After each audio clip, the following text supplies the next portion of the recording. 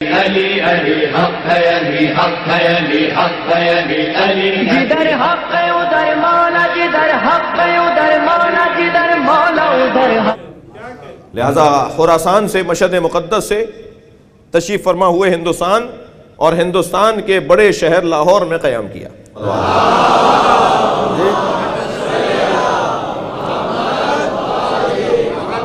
لاہور کچھ مدت قیام کرنے کے بعد کو آپ کی علمی قابلیت جیسے خوشبو پھیلتی ہے ایسے پھیلنے لگی پورے ہندوستان کے اندر۔ لاہور ہندوستان کے ایک بڑے شہروں میں سے ایک بڑا شہر، دور اکبر بادشاہ کا ہے، اکبر بادشاہ کا دور ہے، اور اکبر کے زمانے تک شیعہ بہت مضبوط رہے، کیونکہ اس کا شوق ذوق جو تھا وہ عمرانیات کا اور سماجیات کا زیادہ تھا۔ اس کی بادشاہی کا ہنر ہی یہ تھا کہ اس کی حکومت میں وہ کبھی ہندو ہو جاتا تھا، کبھی مسلمان ہو جاتا تھا، مسلمانوں میں کبھی سنی ہو جاتا تھا، کبھی شیعہ ہو جاتا تھا، اور کہتا تھا جتنی قومیں میری مملکت میں رہتی ہیں میں وہی ہوں۔ یہ اس کا مزاج تھا۔ ادھر مسلمانوں کی تعداد بہت زیادہ تھی، لہٰذا ایک مضبوط عالم دین کی ضرورت، بڑے بڑے وہاں فقہا موجود تھے، مگر قاضی صاحب کی خوشبو اور قاضی اللہ شوستری کا وجود وہ اتنا بھاری بھرکم وجود تھا کہ ان کے ہوتے ہوئے کسی کو بولنے کی ضرورت نہیں ہوتی تھی۔ ان کے بیٹھا رہنا روب ڈال رہا ہوتا تھا، روب ہوتا تھا مجلس میں، بولے بھی نہیں، خاموش کہیں بیٹھے رہیں۔ فرمائش کی گئی کہ آپ قضاوت کا جو منصب ہے اسے قبول فرمائیں، تو قاضی صاحب نے فرمایا کہ میں کسی فقہ کے مطابق فتویٰ نہیں دوں گا، مسئلہ نہیں بتاؤں گا، فیصلہ نہیں کروں گا، میں اپنے اجتہاد پر فیصلہ کروں گا۔ جو لوگ ابھی کچھ فلسفہ اجتہاد سے عاری، خالی، غافل، جاہل ہیں، میں انہیں لمحہ فکریہ دے رہا ہوں۔ بر صغیر میں تشیع کی جو بنیاد پڑی ہے وہ قاضی اللہ شوستری سے پڑی ہے، اور قاضی اللہ شوستری مجتہد اعظم کو آیت اللہ العظمیٰ کو کہا جاتا ہے۔ شیعت کی تاریخ ہندوستان سے اگر قاضی اللہ شوستری کو نکال دیا جائے تو شیعت کی مضبوط تاریخ ڈھیلی پڑ جائے گی، اور ایک مجتہد کی وجہ سے تشیع مضبوط ہوئی۔ انہوں نے فرمایا میں اپنے اجتہاد پہ عمل کروں گا۔ انہوں نے کہا جی یہاں تو مختلف مسالک کے لوگ رہتے ہیں، کہا یہ میرا کام ہے، میری قابلیت ہے کہ کوئی بھی مسلک کا بندہ اگر مجھ سے آ کر کہے کہ میں حنفی ہوں، میں مالکی ہوں، میں شافعی ہوں، تو آپ میرے مطابق فتویٰ دیجئے، میرے مطابق مسئلہ بتائیے، تو میں اس کا ضامن ہوں کہ میں اس کی کتاب سے ہی حوالہ دے کے اسے مطمئن کروں گا۔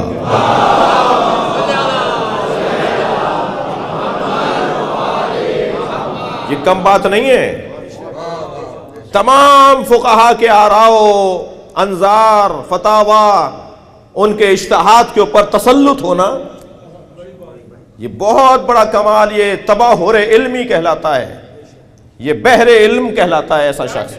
تو علامہ آیت اللہ العظمیٰ نور اللہ شوستری اللہ مقامہ، یہ اس درجے کے اوپر عالم گفتگو کر رہے تھے، فیصلہ سنا رہے تھے۔ فیصلہ سناتے ہوئے مولا علی کا نام ان کی زبان پر آیا، تو مولا کا نام جیسی زبان پہ لیا تو فوراً کہا علیہ الصلاۃ والسلام۔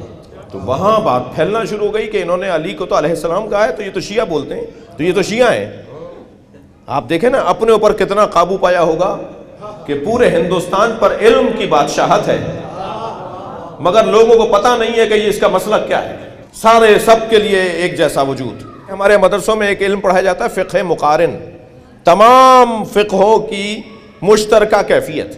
یہ بہت بڑا عالم ہوتا ہے جو سارے فقہ کو جانتا ہو، ساری فقہوں کو جانتا ہو۔ خبر پہنچی، اچھا ادھر اکبر کی رحلت ہو جاتی ہے، اکبر کا بیٹا جہانگیر بادشاہ بن جاتا ہے۔ اکبر ہمایوں کا بیٹا ہے، اکبر کا بیٹا جہانگیر ہے۔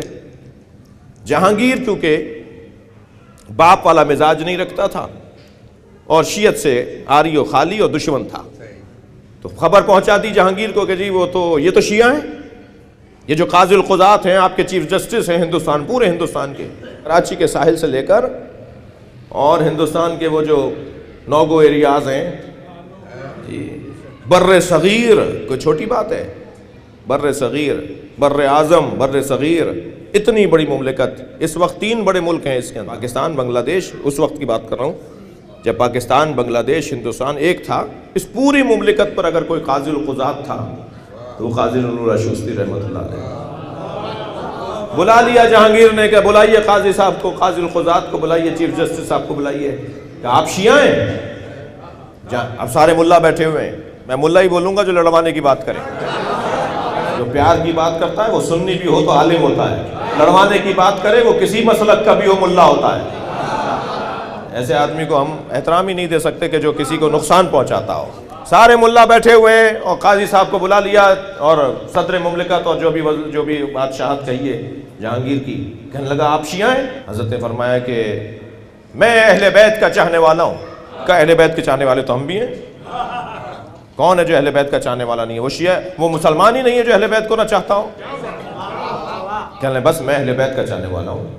کہ جی آپ پر شیعہ ہونے کا الزام ہے؟ انہوں نے کہا دلیل؟ قاضی صاحب نے فرمایا دلیل؟ کہنے لگا آپ نے حضرت علی کے نام کے ساتھ علیہ السلام لگایا ہے۔ کل چیف جسٹس قاضی القضات اتنا بڑا عالم، اس کو بلا لیا گیا کہ آپ نے علی کو علیہ السلام کیوں بلایا؟ تو انہوں نے بے ساختہ فرمایا کہ میں فقہاء، علماء، مفتیان دین سے سوال کرتا ہوں۔ قاضی صاحب کا جواب سنیں، کہ میں فقہاء، علماء، مفتیان دین سے سوال کرتا ہوں کہ کیا یہ حدیث سرکار کی ہے یا نہیں؟ یا علی لحموں کا لحمی و دموں کا دمی، یا علی تمہارا خون میرا خون ہے، تمہارا خون میرا خون ہے، تمہارا گوشت میرا گوشت ہے۔ اس سے کہا مجھے جواب دیں، ہاں نام یہ حدیث سرکار کی ہے یا نہیں؟ سارے فقہاء مفتیوں نے کہا، سارے ملاؤں نے کہا ہاں یہ نبی کی حدیث صحیح السند ہے۔ فرمایا میں نے کیا غلط کہا ہے؟ جو نبی کی جان ہو اسی کو تو علیہ السلام کہا ہے۔ صلوات پڑھیں گے محمد و آل۔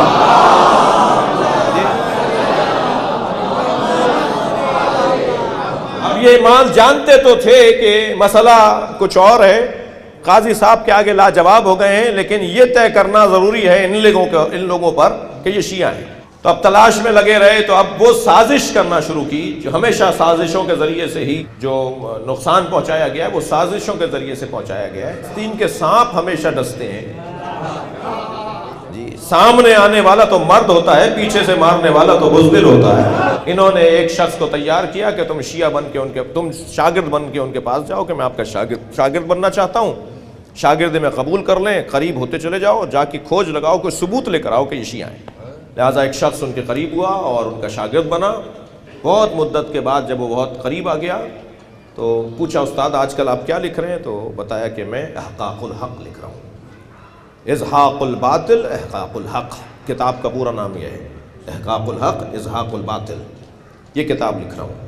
عظمت اہل بیت، دلائل امامت مولا علی، حقانیت خلافت علی بن ابی طالب، کہ میں یہ کتاب لکھ رہا ہوں۔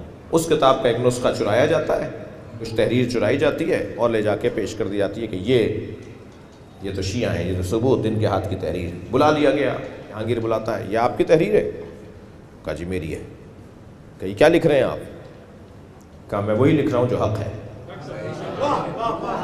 کہا اس تحریر سے ہاتھ اٹھاتے ہیں یا آپ کو سزائے موت سنائی جائے؟ میں اس تحریر سے ہاتھ نہیں اٹھاؤں گا، مرنا سب کو ہے، بہتر تو یہ ہے کہ علی کے نام پہ دم نہیں گیا۔ ایک ڈنڈے کے اندر کیلیں لگائی گئیں، 70 سال کی عمر ہے۔ اس مجلس میں بھی بعض بزرگ بیٹھے ہیں جن کی عمریں 70 سال کی ہیں۔ کچھ دیر کے لیے سوچئے کہ 70 سال کا بزرگ ہوتا ہے، فقیہ اعظم ہے، مجتہد اعظم ہے، اللہ کے ولی ہیں، متقی پرہیزگار ہیں۔ ایک لکڑی کے اندر کیلیں لگائی گئیں اور وہ لکڑی، وہ ڈنڈا اس وقت تک ان کے زندہ بدن پر مارا جاتا رہا جب تک حضرت آیت اللہ قاضی نور اللہ شوستری رحمۃ اللہ علیہ کی بدن کی گوشت علیحدہ نہیں ہو گیا، ہڈیاں نظر آنا شروع ہوئیں اور انہیں وہ مارا جاتا رہا یہاں تک کہ گوشت کے ٹکڑے قیمہ ان کے بدن سے علیحدہ کیا گیا۔ اور پھر اس کے بعد جب ان کی روح پرواز نہیں کر رہی تھی اس کیفیت میں بھی، تو پھر ایک دیگچی کے اندر کھولتا ہوا لوہا ڈالا گیا اور وہ ان کے سر کے اوپر رکھ دیا گیا۔ ہاتھ پیر بندھے تھے، ان کے سر میں سے سوراخ ہو کر آپ کا جو مغز تھا نا وہ بہنا شروع ہوا۔ یہ انداز اپنایا گیا۔ میں ہاتھ جوڑ کر روتے ہوئے انتہائی خلوص و سچائی سے ان لوگوں سے کہوں گا جو علماء کے خلاف بات کرتے ہیں، سب کو ایک جیسے ایک جملے میں نہیں کہو، ہاں علماء اچھے بھی ہیں، برے بھی ہیں، علماء حق بھی ہیں، سو بھی ہیں، دنیا دار بھی ہیں، خدمت گزار بھی ہیں۔ جب آپ سب کو ایک لاٹھی سے ہانک کر بولتے ہیں، میں ان سے ہی بات کر رہا ہوں جو بولتے ہیں، تو خدا کے لیے اپنے الفاظ پر غور کرو۔ یہ مکتب اہل بیت ایسے ہی یہاں تک نہیں پہنچا، ایسے حضرت آیت اللہ قاضی نور اللہ شوستری کو ایسے اب ایسی کیفیت میں ان کے مغز نکل رہا ہے، بدن کی بوٹیاں بوٹیاں ہوئی ہوئی ہیں، اس کیفیت میں ان کی روح پرواز کر جاتی ہے، اور پھر انہیں جنگل میں پھینک کر آ جاتے ہیں۔ خبردار کوئی دفنائے نہیں، اپنا بیٹا تو ہے نہیں، اپنی زوجہ تو ہے نہیں، اپنی بیٹی تو کوئی ہے نہیں، خاندان والے تو سارے مشہد میں ہیں، جی شوشتر میں ہیں، یہاں تو ہندوستان میں ان کا کوئی ہے نہیں، آگرہ میں، لاہور سے پھر کیونکہ اکبر کا اور جہانگیر کا مرکز آگرہ تھا تو انہیں آگرہ بیٹھتے تھے، آگرہ چلے گئے، آگرہ لے جایا گیا کیونکہ وہاں مرکز وہ تھا مملکت کا، آگرہ میں قیام پذیر رہے، اور کئی دن تک ان کا لاشا بے گور و کفن رہا، ایک جنگل میں پھینک دیا ان کا لاشا۔ لیا بکھر یہاں ایک علاقہ ہے، ایک بزرگ کا مزار ہے، راجن شاہ کا دربار۔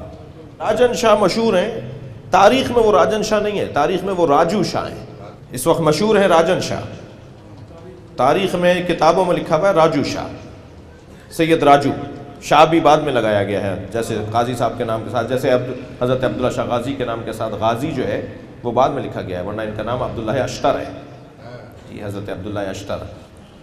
قاضی نور اللہ شوستری کو جنازہ وہاں پھینک دیا، ڈال دیا گیا ہے، اور ادھر سید راجو کو خواب میں جناب زہرا آتی ہیں، وہ کہتے ہیں میں نے خواب دیکھا کہ بی بی میرے خواب میں ہے، اعلان ہوا فاطمہ زہرا آ رہی ہے، ہاتھ پیر کانپنے لگے، بی بی آ رہی ہے، آگے بڑھ کر بی بی کو سلام کیا، فرمایا میں تم سے ملنے آئی ہوں، میرے بچے کا لاشا دفناؤ،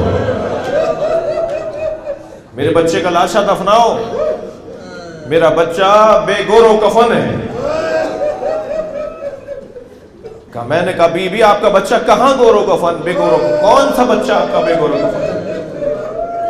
تو بی بی نے جگہ بتائی، ایسے پہنچو گے، ایسے جاؤ گے، ایسے پہنچو گے، ایک جنگل آئے گا، اس جنگل میں ان درختوں سے گزرو گے، اور ان درختوں کے درمیان ایک ٹیلا بنا ہوا ہوگا، اس میں خس و خاشاک ڈالی ہوئی ہے، اس خس و خاشاک کے درمیان میرے بچے کا لاشا ہے، اسے لے جا کے دفناؤ۔ ابھی یہاں سے چلے ہیں، وہاں گئے ہیں، وہاں پہنچے، اسی جگہ پر ڈھونڈتے ہوئے پہنچے، فقرائی لباس میں، درویشی انداز میں، اور خاص جگہ پر جا کے کھڑے ہوئے، بالکل ادھر ہی جا کے جو بی بی نے پتہ بتایا، وہاں جا کے کھڑے ہوئے تو خس و خاشاک جھاڑیاں سی نظر آئیں، انہیں ہٹایا تو سید نور اللہ شوستری اللہ مقامہ کا لاشا تھا۔ انہوں نے وہ لاشا دفنایا، اور پھر آ کر بتایا کہ یہ جگہ، اس جگہ سید کی قبر بنی ہوئی ہے، تم اپنے بچوں کو بتانا، تم اپنے بچوں کو بتانا۔ 100 سال تک ان کی قبر سینے کے مطابق چلتی رہی کہ سید نور اللہ شوستری کی قبر کہاں ہے، صدری علم کے تحت چلتی رہی۔ اور پھر بعد میں جب یہ حالات بہتر ہوئے، حالات تبدیل ہوئے، تب آہستہ آہستہ اس قبر کو پکا کیا گیا، قبر پر ایک چھپرا ڈالا گیا، اور آج الحمدللہ بہت بڑا مزار ہے آگرہ میں، ان کی قبر، ان کا مزار آج مرجع خلائق ہے، اور لوگ ان کی قبر کی زیارت کے لیے دعائیں پوری ہوتی ہیں، وہاں مرادیں پوری ہوتی ہیں ان کی قبر پر۔ اللہ کا ولی، سیدہ کا بیٹا، علی علی حق ہے، علی حق ہے، علی حق ہے، علی علی، جدھر حق ہے ادھر